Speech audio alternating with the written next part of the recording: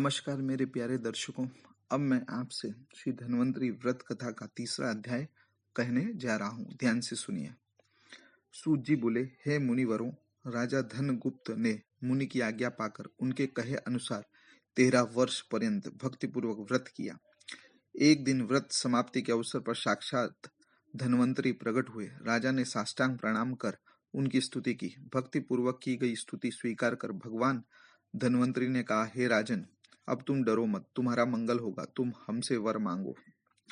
राजा ने यह सुनकर उन्हें पुनः साष्टांग प्रणाम किया और उनकी स्तुति की। हे धन्वंतरे, ब्रह्मांड नायक, आपको नमस्कार है। देव दैत्यों से पूज्य चरण, केवल वेद के ही जानने योग्य आपको नमस्कार है। आयुर्वेद स्वरूप जगत के अंतर्यामी आपको नमस्कार है। हे जगत के सुखदायी देव देव दयासागर महादेव, आप मुझ शरणागत अपराधी की रक्षा करें। मैं कुटुंब सहित जन्म मृत्यु जरा आदि रोगों से पीड़ित हूँ।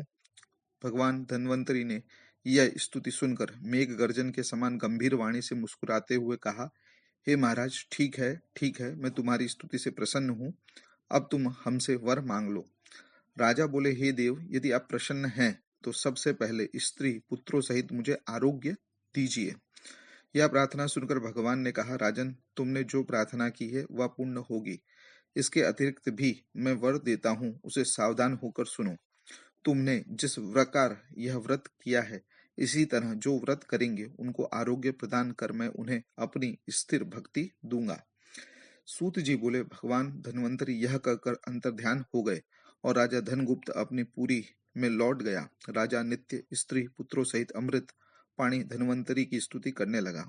उसने पृथ्वी लोक में नाना प्रकार के सुख भोगे और अंत में भगवान धन्वंतरी की कृपा से मोक्ष पद प्राप्त किया।